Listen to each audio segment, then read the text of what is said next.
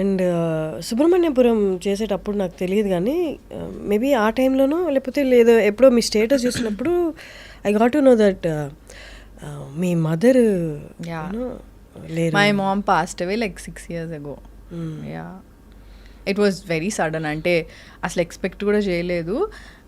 అంటే అందరికీ ఒకటి ఏముంటుందంటే ఫ్యామిలీ అనేది పర్మనెంట్ అన్నట్టు అనిపిస్తుంది మనకి. లైక్ చిన్నప్పటి నుంచి చూస్తూ ఉంటాం వీళ్ళకేమవుతుంది వీళ్ళంతా పర్మనెంట్ అనేది ఇది ఉంటాం. సో యాక్చువల్లీ అంటే my mom passed away because of cardiac arrest అనమాట. సో సడన్గా అంటే తనకి she was a diabetic patient అనమాట. సో తనకి చెకప్ అన్నీ చేపిస్తున్నప్పుడు సడన్గా తెలిసింది దట్ తన హార్ట్ బీట్ చాలా లో ఉంది అని చెప్పిన తర్వాత యాంజియోగ్రామ్ అన్నీ చేపిస్తే డాక్టర్ పిలిచి చెప్పారు నాకు మా సిస్టర్కి. ఏం చెప్పారంటే ఒక 1 year అంతే అని చెప్పారు. లైక్ ఏంటి సినిమాలలో మాట్లాడుతున్నారేంటి డాక్టర్ అని లిటరలీ నా మైండ్లో ఇదే ఉండే.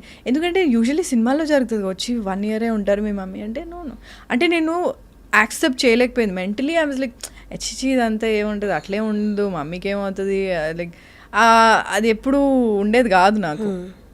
Because she was doing well, only diabetes ఉండేది, అది కూడా టెస్ట్ చేయించి అన్ని she was normal only.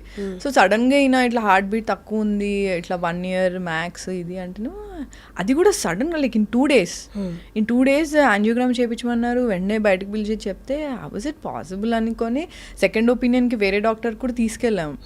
Face maker పెట్టిద్దాం అన్నాం అన్నీ అన్నా కానీ వద్దు వాటర్ తక్కువ తాగండి అన్నారు. So I don't understand like ఇంత 1 year అంటే 1 yearలోనే అయిపోతుందని నేను ఎక్స్పెక్ట్ చేయలే. So we were taking care of her everything. She was normal only. Even జరిగిన రోజు కూడా she was just feeling little అంటే మమ్మీని అప్పుడే నేను యోగా అన్ని స్టార్ట్ చేయించాను అనమాట. సో ఒక యోగా అని యోగా కాదు అది some art of living something was there. So I asked to go to that క్లాసెస్కి వెళ్ళమన్నా. So she was actually enjoying it. మా మమ్మీకి ఇట్లా జనాలందరితో కలిసి ఇట్లా మాట్లాడడము జోక్లు వేసుకుంటూ ఉండడం she was very hyper. Exact opposite నేను అనమాట అసలు. సో తనకు చాలా నచ్చింది అంతా బాగుండింది. ఇంకా లాస్ట్ డే యోగా క్లాస్ది లాస్ట్ డే అనమాట. So she went and attended that class. She came back. ఎందుకో కొంచెం ఎట్లాగో ఉంది అనింది. ఐ వాజ్ నాట్ దేర్ అప్పుడు. నేను వేరే ఎక్కడో ట్రావెల్ చేస్తుండే అప్పుడు. సో అయితే ఏమైంది డాడీ నాకు కాల్ చేసి చెప్పారు ఇట్లా ఎట్లనో ఉంది అంటేనేమో సరే డాడీ మమ్మీకి నాకు కాల్ చేయించండి అని చెప్పా. అంతే I was travelling and all. So night 1:30 ఆ టైంకి షీ పాస్డ్ అవే. అంటే passed away in the sense అన్ఈజీగా ఉందంటే హాస్పిటల్ తీసుకెళ్తే కార్లోనే షీ పాస్డ్ అవే. మా చెల్లి ఉండింది అప్పుడు. సో నేను ఎప్పుడు అదేంటి నా ఫోన్ రింగింగ్లోనే పెడతా ఎప్పుడు.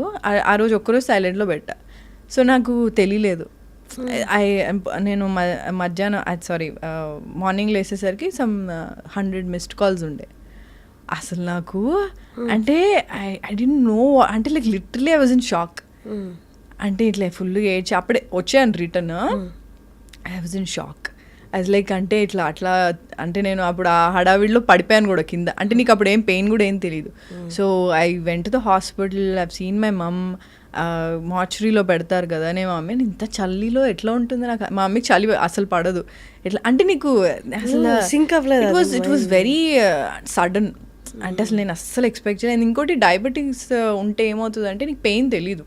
సో వాళ్ళకి హార్ట్ అటాక్ వచ్చినా సరే నీకు పెయిన్ వాళ్ళకి అర్థం కాదు. డయాబెటీస్ పేషెంట్కి అది ఉంటుంది, వాళ్ళకి పెయిన్ తెలీదు బేసికలీ. సో మమ్మీకి ప్రాబ్లీ పెయిన్ వచ్చి ఉంటుంది. సో దానికి ఎలా అనీజీ ఉందని అనింది. ఇట్లా నాకు చెస్ట్ పెయిన్ వస్తుంది కార్డియాక్ అరెస్ట్ లాగా ఉంది అని ఏం నాకు తెలియలేదు. So that was like a shocker to me. And వెళ్ళిన తర్వాత అదే ఒక 1 day ఫుల్ ఏడ్చాను. అంత అయింది. మా నాయనమ్మ వాళ్ళ ఇంటికి తీసుకెళ్లారు. నెక్స్ట్ డే ఐస్ బాక్స్ అవన్నీ అరేంజ్మెంట్స్ చేసి మా అక్క she has to come from London అనమాట. సో ముగ్గురు సిస్టర్స్ మేము. నేను మిడిల్ అనమాట.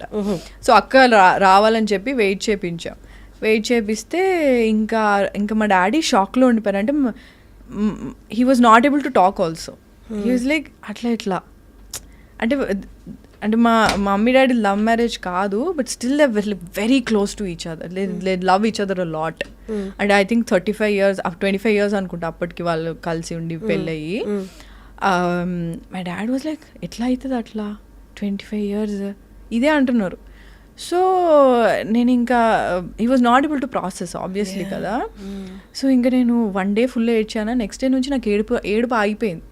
Because I think okay now I have to take care of everything. ఎందుకంటే చెల్లి ఫుల్గా ఏడుస్తుంది, అక్క రావాలి, డాడీ ఏమో షాక్లో ఉన్నారు. So I was like okay now I have to take care of all this little things and అవన్నీ ఆర్గనైజ్ చేయాలి కదా. ఇంకా మా రిలేటివ్స్ అందరూ వచ్చారు. దే వర్ లైక్ ఎందుకు ఏడవట్లేదు, okay probably she is not close to her mom అని నీకు తెలుసు కదా ఎట్లుంటుందో. సో అట్లా చాలా ఉన్నాయి. బట్ అంటే ఇట్స్ జస్ట్ అంటే అట్లా షట్ డౌన్ అయిపోయింది నాకు. ఇట్లా ఏడుపు అన్నీ ఆగిపోయినాయి. మా అక్క వచ్చింది, అన్నీ అయినాయి.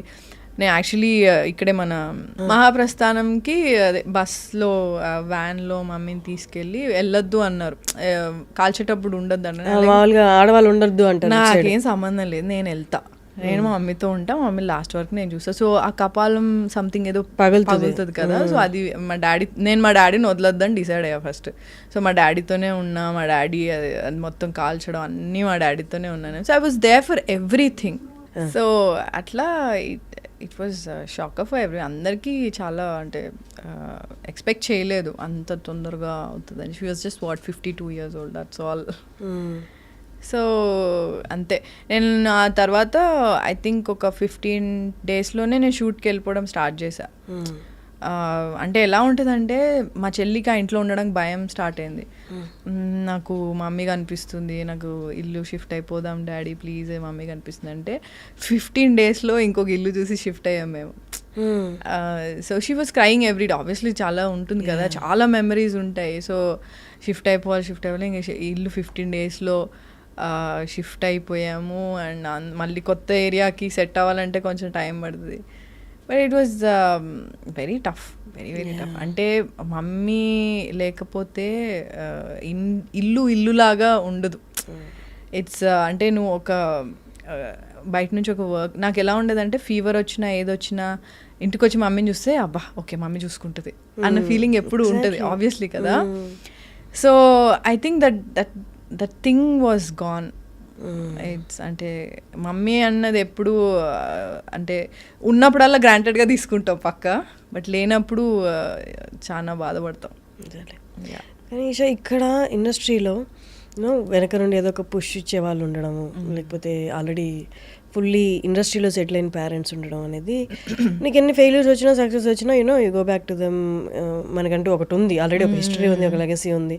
ఎప్పుడో ఒక రోజు ఇవాళ కాకపోతే రేపు వస్తుంది అనుకోవడం ఒకటి కానీ పొద్దున్న లేచిన దగ్గర నుంచి మొత్తం నేనే ప్లాన్ చేసుకోవాలి, నెక్స్ట్ ప్రాజెక్ట్స్ రావడానికి నేనే ప్లాన్ చేసుకోవాలి, రైట్ నో ప్రాజెక్ట్ సక్సెస్ అవ్వడానికి నేనే ప్లాన్ చేసుకోవాలి, నా